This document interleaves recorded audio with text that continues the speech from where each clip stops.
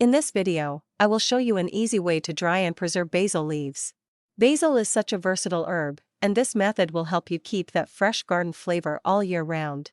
Let's get started. Step 1. Harvest your basil. Start by picking fresh basil from your garden or buying a bunch from the store. Look for vibrant green leaves with no brown spots. Once you have your basil, the first step is washing it thoroughly. Step 2. Clean the leaves. Fill a large tub or bowl with clean water. Add the basil leaves and gently press them down to submerge. This helps flush out any hidden bugs or dirt. You might notice tiny bugs floating to the surface, but do not worry, this is normal. After soaking for a few minutes, rinse the leaves under running water and let them drain in a strainer. Step 3. Bundle the basil. Now, gather the basil stems into small bunches. Use a piece of string to tie the stems securely.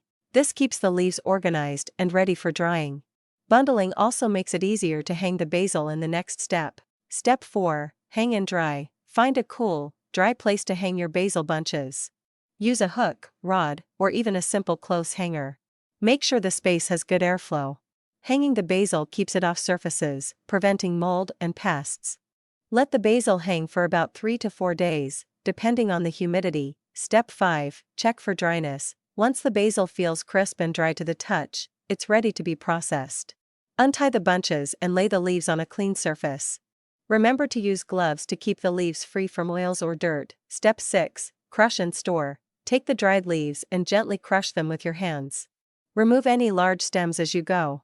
For a finer texture, you can sift the crushed basil through a strainer. Transfer the crushed basil into a clean jar with a tight lid.